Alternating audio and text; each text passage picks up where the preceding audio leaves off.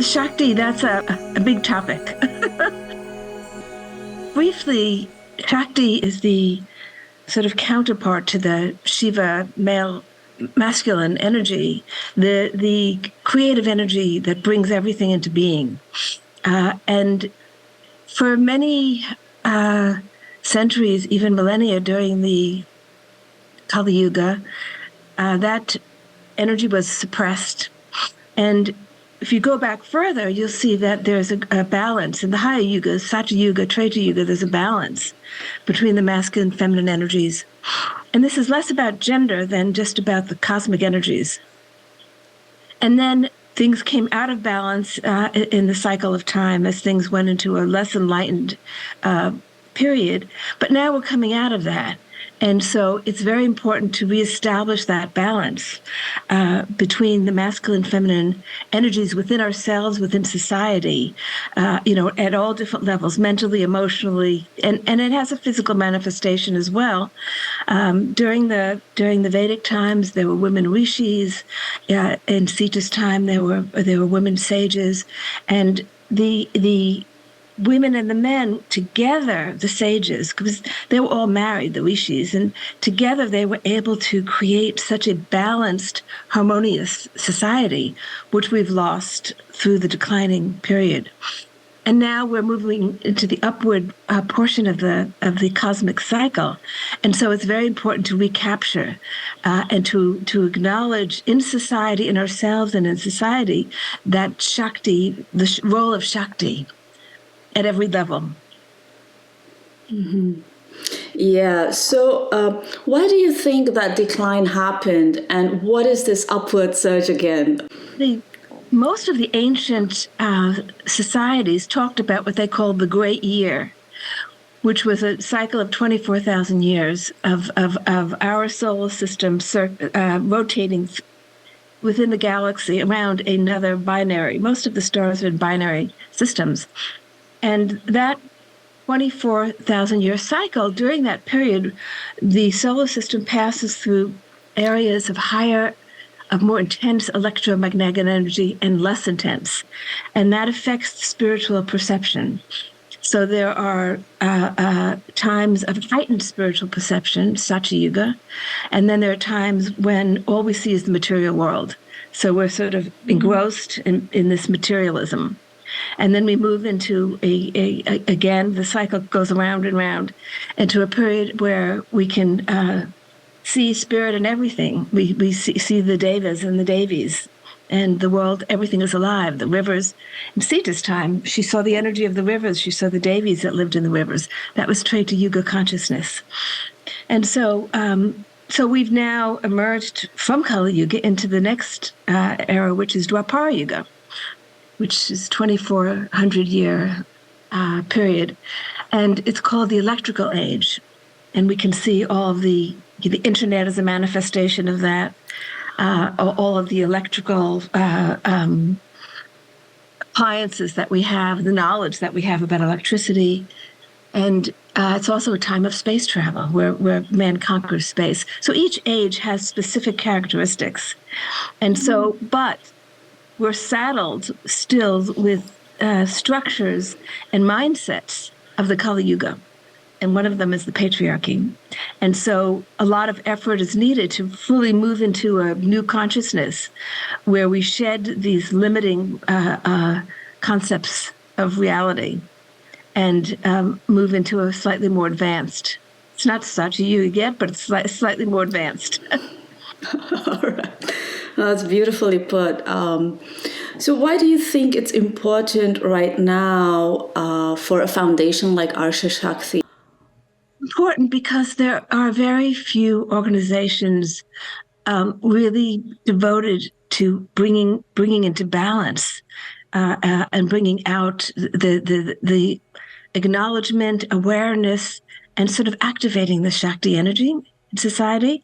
And that's very much needed now for us to move into a more awakened type of society, a more balanced society.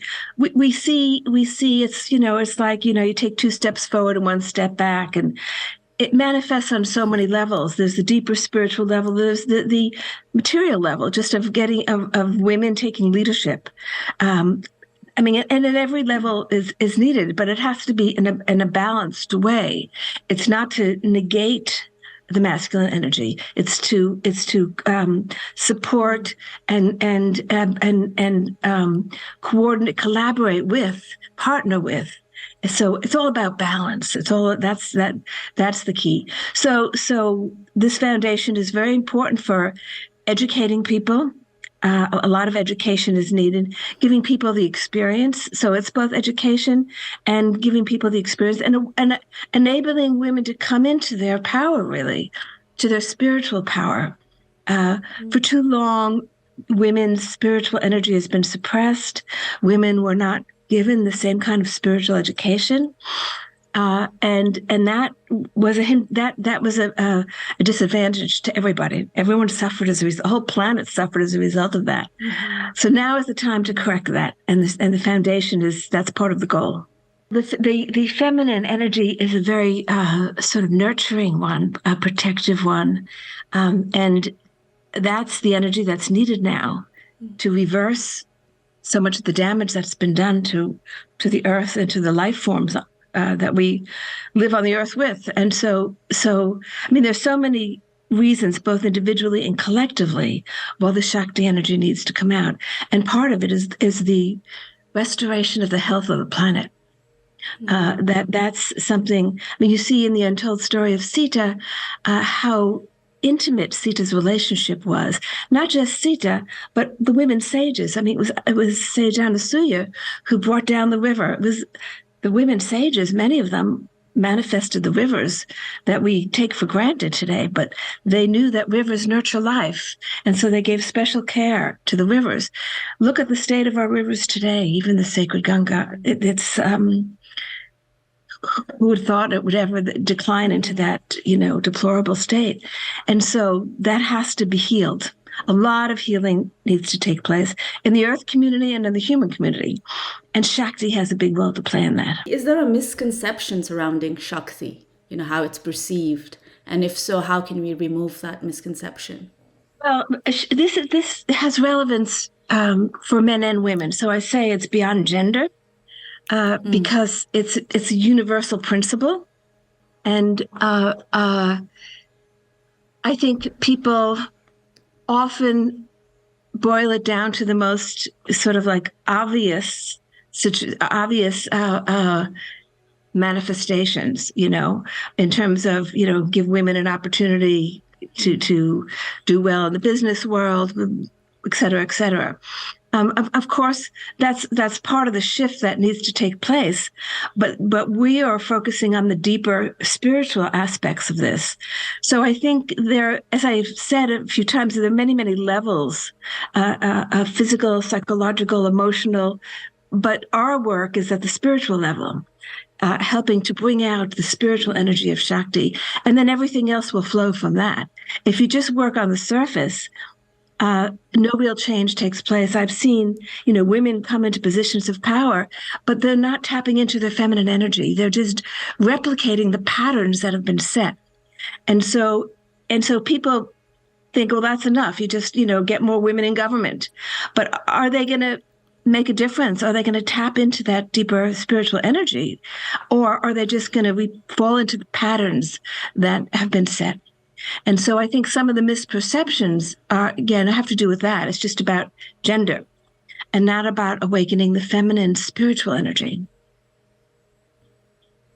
And I think it's just lack of having role models as such, right? Do you think it's a lack of modeling a different kind of leadership that's modeled on a higher spiritual energy? It's still a dominance-based model of leadership, and dominance is not a feminine quality. It's a degraded. I mean, both the feminine and masculine have higher manifestations and lower manifestations, and the domination, I call it the domination gene, is a lower manifestation of the masculine energy. It's not the higher manifestation, but it's a lower manifestation, and there are lower manifestations of the feminine energy as well, and that's why I say it's beyond gender because it's not a matter of just getting women into positions of power. In my generation, most women who got into those positions of power did so by following the same rules that have been in place: intense competition, knocking out anybody who's a threat to you, etc. And we have to shift from a model of competition to collaboration.